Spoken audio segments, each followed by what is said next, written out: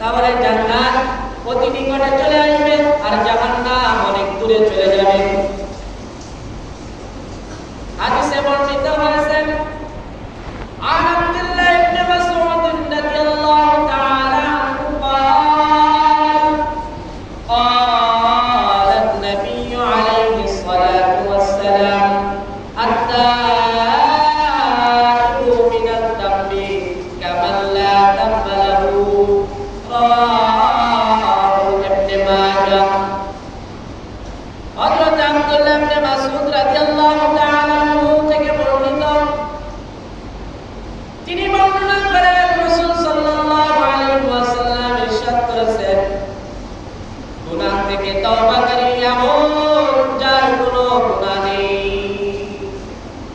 যিনি গুনাহ করার পরে তওবা করে উনি এমন একটা ব্যক্তি হয়ে যায়, এমন একজন হয়ে যায় মনে হয় তার জীবনে আর কোনো গুনাহ নাই। তাহলে তো আমরা সবাই আল্লাহর ওলি, তাহলে আমরা তো সবাই জান্নাতি। তওবা করেছি কিন্তু তওবা করার পরে তওবা যে কতবার ভেঙে গেছে তার কোনো খবর নাই। এমন তওবা তো করি না। সব জায়গায় গেলে এখন শুধু তওবা পড়ায় দেয়, ইস্তেগফার পড়ায় দেয়। ওই তওবা করে ওই জায়গা থেকে যখন সরে যায়, তওবা ভেঙে যায়, আবারও সেই গুনার পথে হাঁটা শুরু করে। এই তওবা আর ওই তওবা, যেই তওবা করার পর দ্বিতীয়বার ওই অপরাধ, ওই গুনাহ, ওই খারাপ কাজ না করা, এটা হলো তওবা। আমাদের তওবার ভিতরে এখন বিভিন্ন ক্যাটাগরি, বিভিন্ন সিস্টেমের তওবা শিখে ফেলেছি।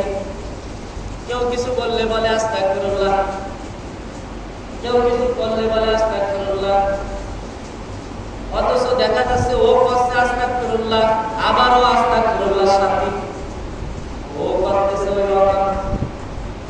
এই জন্য ইস্তেগফার করতে হবে সব সময়। আপনার আমার জবানের ভিতরে ইস্তেগফার যেমন জিকির জারি রাখা দরকার, তেমন ইস্তেগফারও জারি রাখা দরকার।